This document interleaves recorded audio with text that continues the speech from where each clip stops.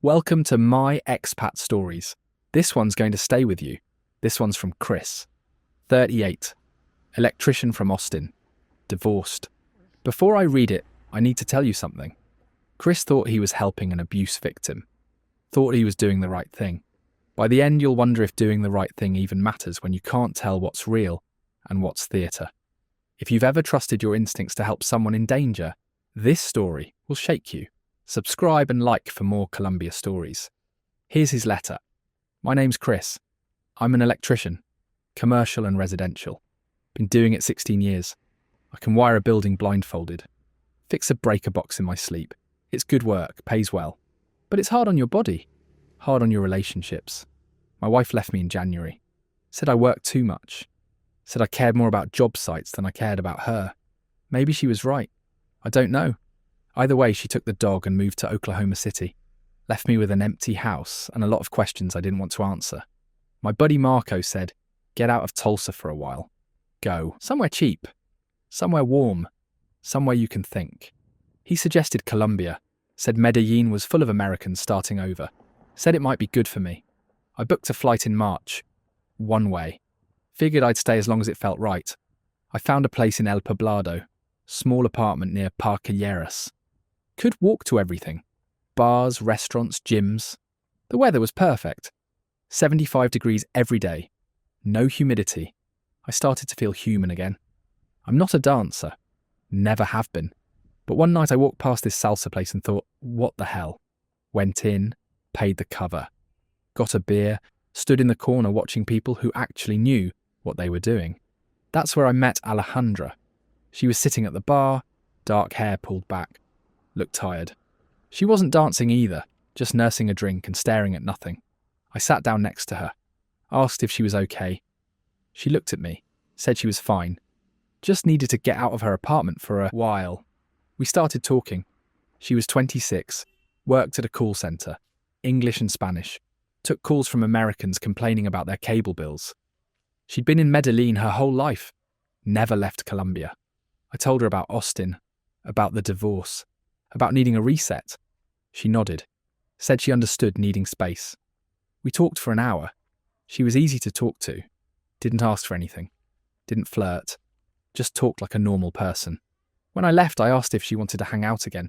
She said sure, gave me her number. We met up 3 days later, coffee in Poblado. She showed up on time, paid for her own drink. We walked around the neighbourhood. She pointed out places locals went, told me which streets to avoid at night, which taxis were safe. Week 2 we got dinner. Small place in Laurel. She ordered in Spanish. Translated the menu for me. We talked about her job, about my work, normal stuff. She didn't mention a boyfriend, didn't mention much about her personal life at all. Week 3 we were seeing each other, every few days. Nothing serious, just hanging out. She'd text me restaurant recommendations. I'd invite her to check out a new bar. It felt comfortable, like having a friend in a city where I didn't know anyone. Week 4 she showed up at my apartment unannounced. It was late, almost 11. I opened the door and she was crying, lip bleeding, mascara running down her face. I pulled her inside, asked what happened. She said her ex Diego hit her, said they'd been broken up for 2 months but he wouldn't leave her alone. Kept showing up, kept calling. Tonight he came to her apartment and they got into a fight. He hit her. I asked if she wanted to go to the hospital. She said no, just needed somewhere safe to sleep. Asked if she could stay the night. I said of course. Set her up in my bed. I took the couch, gave her a clean shirt to sleep in, made sure the door was locked, stayed up most of the night listening for sounds, making sure she was okay.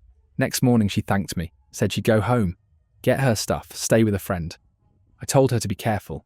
She said she would. I didn't hear from her for 3 days, started to worry. Texted her. No response. Called, straight to voicemail. Day 4 she texted back, said she was okay, staying with her cousin. Diego was still bothering her, but she was handling it. Week 5 we met for lunch. She seemed better. Less shaken. Said Diego had backed off a little. I asked if she'd gone to the police. She laughed. Said police don't care about domestic issues. They tell her to work it out. That made sense. I'd heard stories about Colombian police, how they don't get involved in personal disputes, how women don't have a lot of options. Week 6 we were at a bar in Laureles. Just having drinks. Talking. Diego walked in. I didn't know it was him at first. Just some guy scanning the room. Then Alejandra grabbed my arm, squeezed hard, whispered, "That's him." Diego walked over, started talking to her in Spanish. Fast, angry. I couldn't understand most of it, but I understood the tone. He was pissed. I stood up, told him to back off. He looked at me, smiled, said something in Spanish, laughed. Alejandra told me later he said I was just another stupid gringo, that I should mind my business. I told him to leave.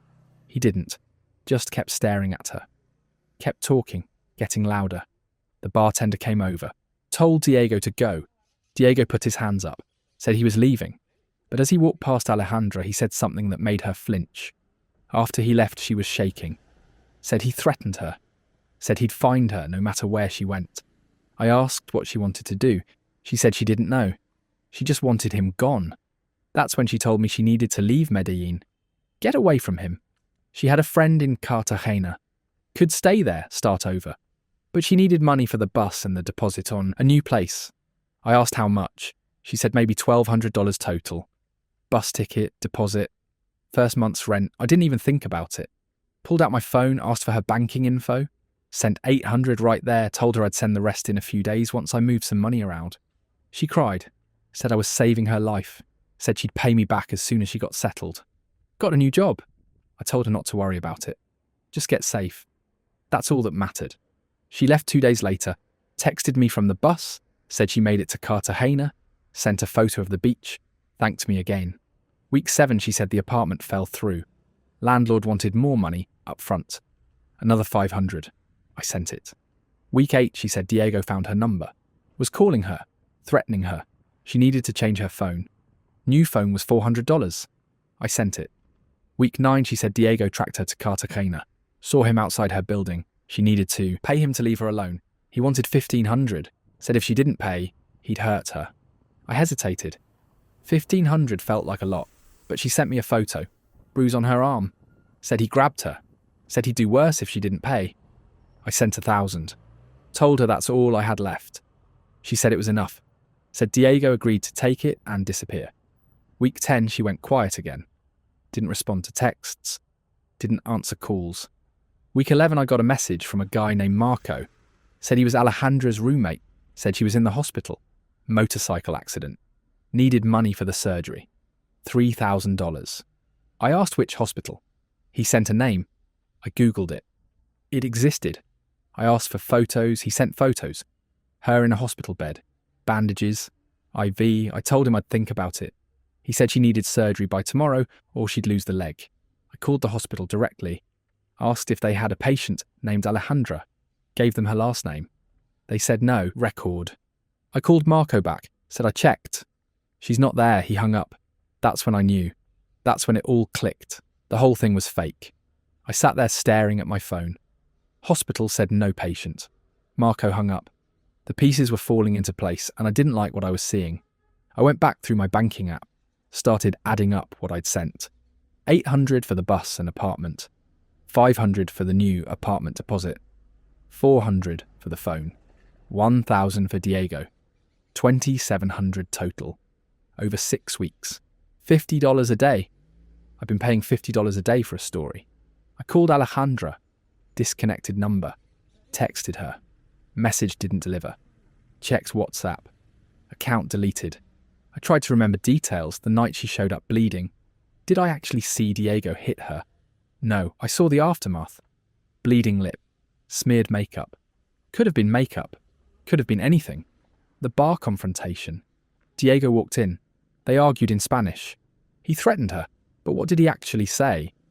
I didn't speak Spanish. She translated. I took her word for it. For all I know, they were talking about the weather. For all I know, he wasn't even her ex. Just some guy they hired to play the part. I thought about the photos she sent. Bruise on her arm. Hospital bed. Bandages. All easy to fake. Download from Google. Add a filter. Send it to the desperate gringo who wants to believe he's helping. I pulled up her Instagram. Still active. I'd followed her weeks ago.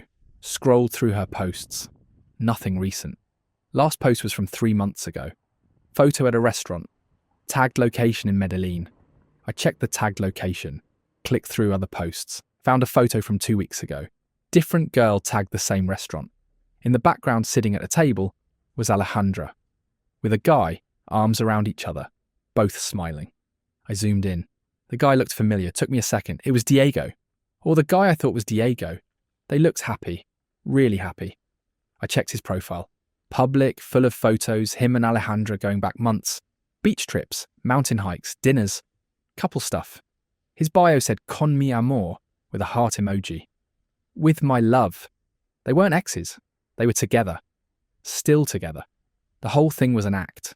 I felt my chest tighten. Not from fear. From rage. Pure, burning rage. I'd been played. Completely played. And I'd fallen for it because I wanted to be the good guy. Wanted to help. Wanted to believe I was making a difference. I screenshot everything. His profile. Their photos together. The dates. Saved it all to a folder. Then I started looking for patterns. Checked if he had any American guys in his comments or tags. Found 3. All from the past year. All gringos based on their profiles. All looked like they'd been in Medellin recently. I messaged one of them. Guy named Tyler from Denver. Asked if he knew Alejandra. He responded in an hour. Said yeah, he met her last year. Why? I told him what happened. Sent him the screenshots. He went quiet for a while. Then he said, damn, she got me too. Different story. She said she needed money for her mum's medical bills. He sent her $1,800 over a month. I asked if he ever met the mum. He said no. Alejandra kept saying she was in the hospital. Couldn't have visitors. Then one day she just stopped responding. Tyler said he thought about going to the police but figured it was pointless. He was embarrassed. Didn't want people to know he got scammed. So he just left Colombia and never talked about it. I messaged the other 2 Americans. Same story. Different details.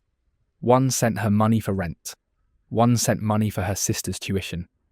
Both got ghosted after a few weeks. So this was her job. Find gringos, build trust, create a crisis, collect money, disappear, repeat. And Diego was her partner, maybe her boyfriend, maybe her husband. Didn't matter, they worked together. He played the bad guy, she played the victim, I played the idiot. I thought about going to her apartment, the address she gave me that first week. But I'd never actually been there. She always met me at bars or restaurants.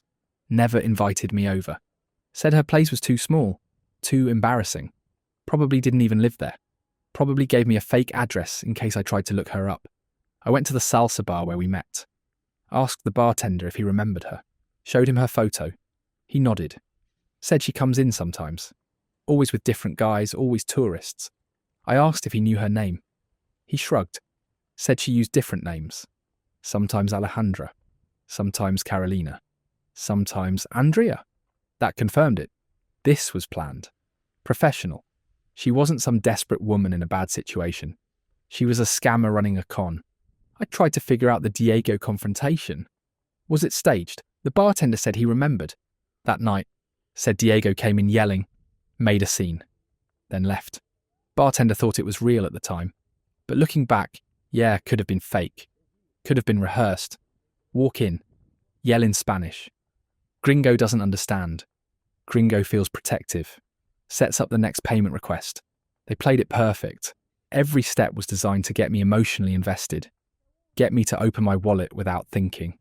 The bleeding lip. The tears. The fear. All theatre. And I bought a front row ticket. I checked my bank account. I had about 4,000 left. I'd been saving for a down payment on a truck back home. Now it was half gone. Burned through on someone who didn't exist. I thought about the hospital photo Marco sent. I reverse image searched it. Took a few tries with different crops. Finally found it. Stock photo from a medical website. Downloaded 6,000 times. Used in articles about healthcare and insurance. Marco probably wasn't even real. Probably just Alejandra texting from a different number. Or Diego. Whoever. Didn't matter. They were trying to squeeze more money out of me before I figured it out. Lucky for me, I called the hospital. Lucky for me, I checked. Otherwise, I'd have sent 3,000 more. Been down 5,700 total. I went back through my texts with her, looking for clues I missed. Found one. Week 2. She texted me about a restaurant. Said, my friend works there, tell them I sent you. I went. Mentioned her name. The waiter had no idea who I was talking about. I thought it was just a miscommunication. Now I realised she was testing me, seeing if I'd fact-check her stories. I didn't, so she knew she could keep going. Week 4, when she showed up bleeding, I offered to take her to the hospital. She said no. Of course she said no, because there was nothing to treat, nothing real. Week 6 at the bar, I offered to call the police about Diego. She said they wouldn't help. Of course she said that, because calling the police would expose the whole thing. Every time I tried to verify something, she had a reason why I couldn't. Every time I offered real help, she redirected me to money, and I fell for it every single time. I thought about confronting her, finding her somehow, getting in her face, demanding my money back. But what was the point? She'd deny it, or block me, or threaten to go to the police saying I harassed her. I was stuck. Out $2,700. No proof. No recourse. Just screenshots of Instagram photos and a sick feeling in my stomach.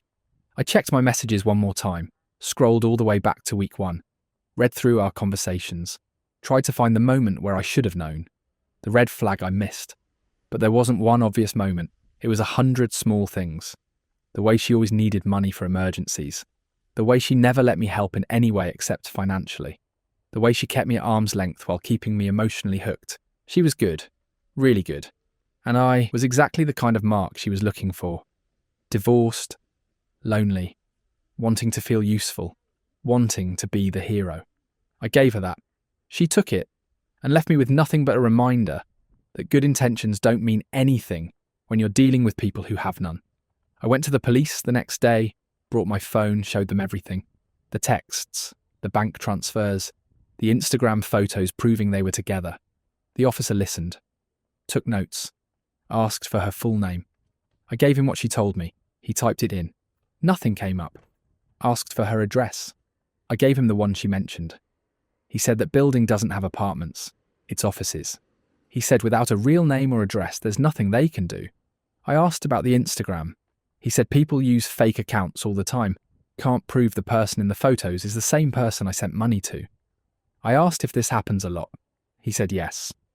All the time, gringos meet women, gringos send money, women disappear. Maybe once a week someone comes in with the same story. He said I could file a report. It would go in the system. But don't expect anything to come from it. I filed it anyway. Got a case number.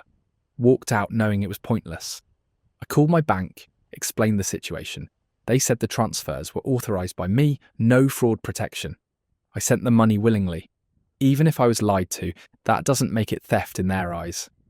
Dispute denied. I tried reporting her Instagram to Facebook. Said it was being used for scams. Got an automated response.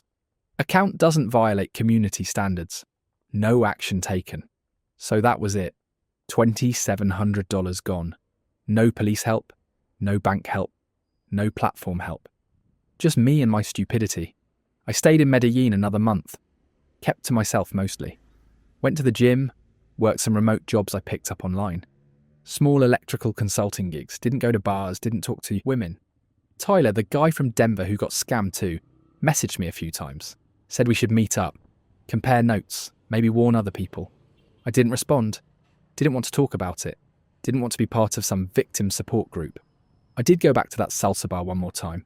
Sat in the corner, watched. Around 10 that night she walked in. Alejandra, or whatever her real name was. She was with a guy. Blonde, American accent, cargo shorts, camera around his neck. Tourist. She was laughing at something he said, touching his arm. Same moves she used on me. I watched them for 20 minutes. She went to the bathroom. He stayed at the bar. I thought about walking over, warning him, telling him she's a scam artist, but I didn't. Stood up, paid my tab, left.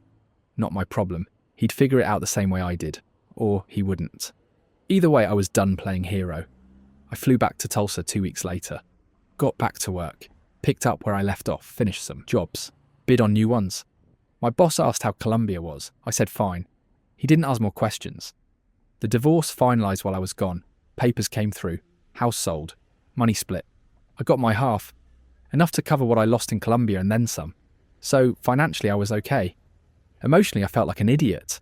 I told my buddy Marco what happened. He didn't say I told you so. Just said that sucks. Asked if I wanted to get a beer. We got a beer. Talked about other stuff.